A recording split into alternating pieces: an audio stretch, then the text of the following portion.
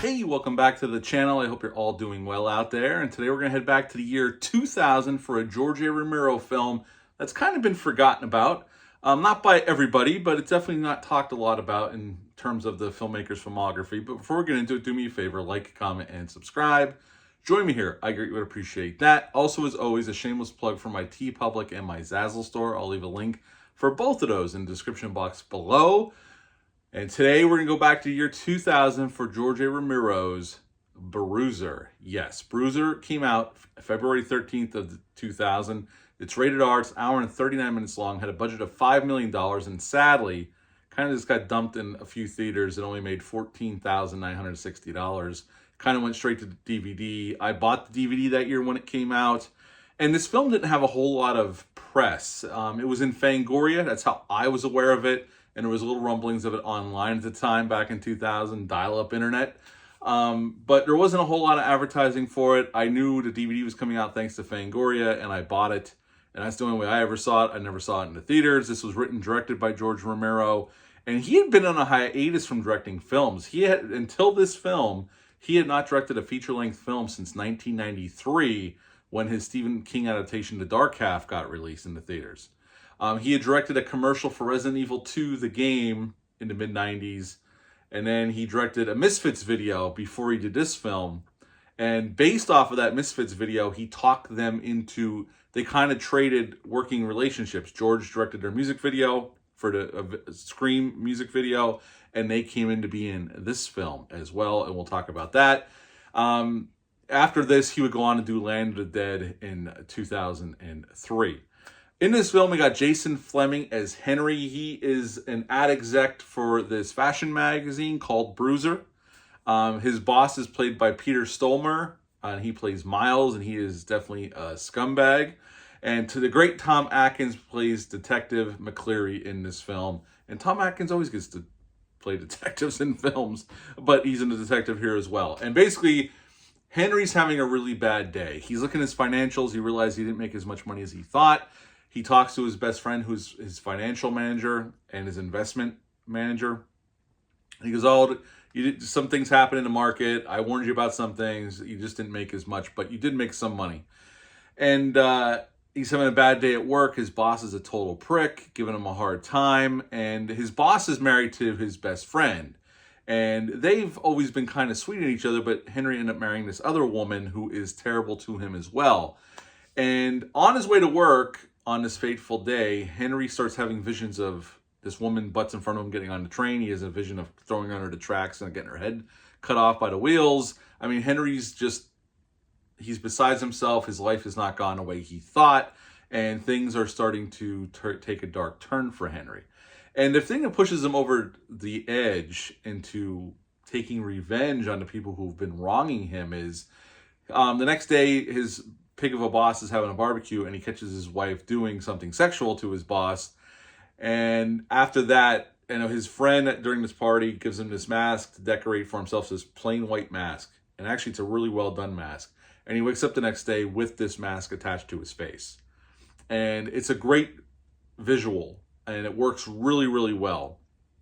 And pretty much what happens is Henry starts killing people. First, he kills his housekeeper. He's been suspecting for a long time she's been stealing from him. He basically catches her in the act. She lies to him, and he ends up killing her. Then he kills his wife because he finds her in the act of having sex with his boss. And pretty much from there, he kills his best friend because he figures out that he's been robbing him and stealing from him. And his friend even admits that he's been in cahoots with his wife, stealing from him all this time. And basically, at the end, during this big Halloween party where the Misfits are playing, he kills his boss, and then Henry gets his face back, gets away from the cops, and we see him working as a mail boy towards the end of the film. And that's pretty much the end of Bruiser. What to like about this film? Well, this is definitely a very unique film in Romero's filmography, especially at that point in time.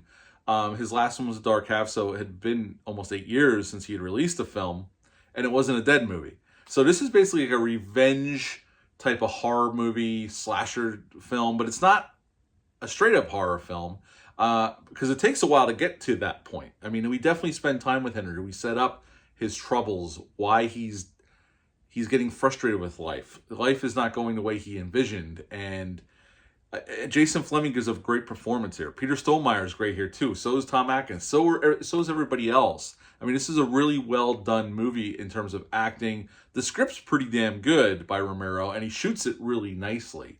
Even with the lower budget of $5 million, that was Romero's sweet spot. He was used to working with a lower budget. Although The Dark Half was a decently budgeted film because that was a studio film. The mask, I love the mask. Once it's attached to his face, it looks great. It's very reminiscent, and it was an homage to Eyes Without a Face, the movie Eyes Without a Face. And you definitely get that from this film.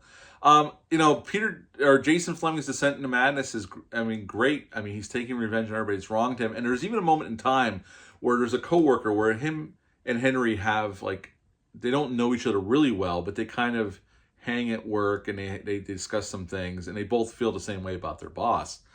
And, this guy at work, when Henry kills his wife, he's there. And Henry tells him, you keep your mouth shut, I'll leave you alone. But if you tell the cops, I'm going to take you out. And he gets this coworker gets summoned to the police station. Tom Atkins is questioning him. And Henry knows this, and he thinks he gave him up. But he goes to kill him, and he's in the hot tub with his girlfriend, and he overhears him saying, I saw one of my coworkers do something at work, but I didn't rat him out because, honestly, at the end of the day, he's almost like my best friend because we both feel the same way, but we really don't know each other. And at that point, Henry does leave him go and doesn't kill him. So Henry doesn't lose all of his humanity, especially his best friend. He's still friends with her, and he talks to her and tells her what's going on. So he doesn't completely lose himself inside this monster that he kind of becomes. So I think Jason Fleming does a nice job riding that thin line between going total horror villain and still having his humanity at the end of the day. Honestly, I think where my problems with the movie come in, because this is not a perfect film, it's not my favorite Romero film. I think the ending, even though it's a cool setting, the Halloween party, I think the way it ends is a little clunky. I don't think it entirely works the way Romero was hoping, at least not for me, it doesn't. So, that's a little bit, the ending kind of drops it down a little bit for me. I still enjoy this film, and I think it's a well worth movie to seek out. I do have the DVD. That's not how I watched it last night. It is streaming on Tubi for free. So if you like Romero and have never seen this film, you can check it out for free on Tubi. It's streaming there. I do have the DVD in my big metal case of movies that I have. But it was just easier. I knew it was on Tubi, so it was easier just to stream on Tubi. This was Romero's first film. He didn't shoot in Pittsburgh or around Pittsburgh. He actually shot this in Toronto. That's pretty much it for Bruiser. I like this film. It's a really solid film by Romero.